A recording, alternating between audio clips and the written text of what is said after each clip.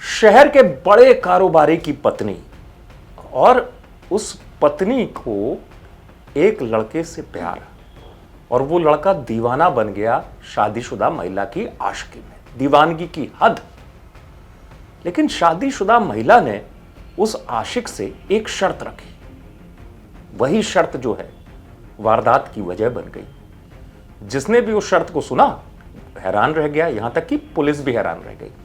दरअसल रीवा में एक मामला सामने आया जहां बीच सड़क गोलियां चलती हैं फिल्मी स्टाइल में।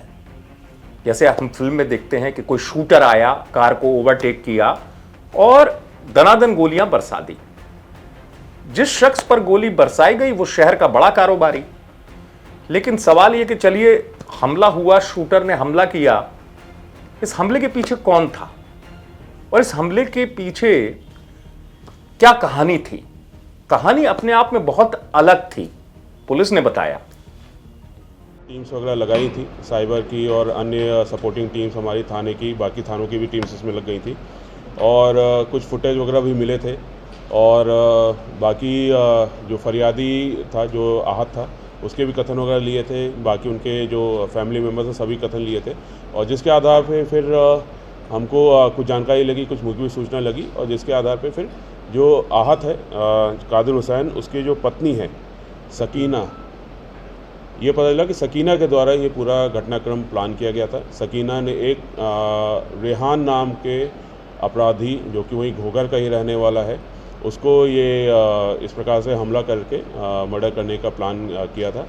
और जो कारण जो बताया है कि जो आहत है, जो फरियादी है, वो संभवतः शायद दूसरी शादी करने जा रहा है और जिससे सकीना और उसके बीच में विवाद हुआ है और जिसके बाद सकीना इस प्रकार से घटनाक्रम प्लान किया है।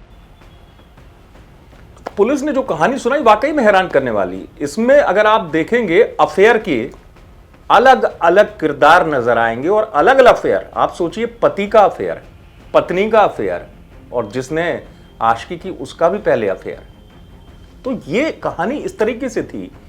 दरअसल जिस पर गोली चलवाई गई और जिसने गोली चलवाई वो कोई और नहीं था, उस शख्स की यानी कारोबारी की पत्नी थी।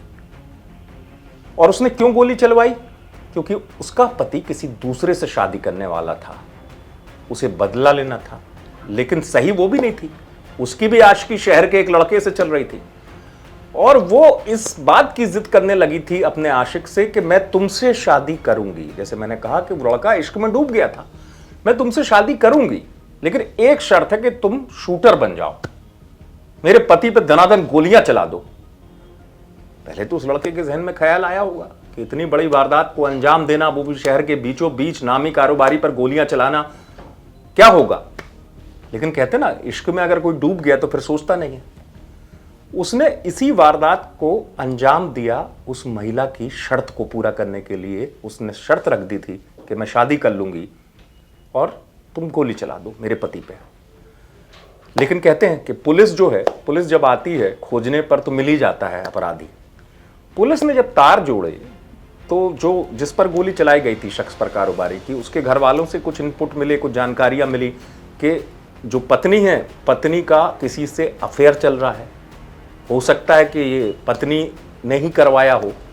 तो पुलिस ने पत्नी से जब पूछताछ की थी तो पुलिस को खुलासा करीब लगने लगा था, यानी पुलिस खुलासे के करीब पहुंच गई थी। लेकिन सवाल ये था, क्या कोई पेशेवर शूटर बुलाया गया था जो गोलियां चलाए? लेकिन जब पुलिस ने पकड़ा तो उसका आशिक ही निकला और पुलिस ने वारदात का खुलासा कर दिया। रीवा से आप तक खबर पहुंचाई विजय कुमार ने। आप देखते रहे एमपी तक।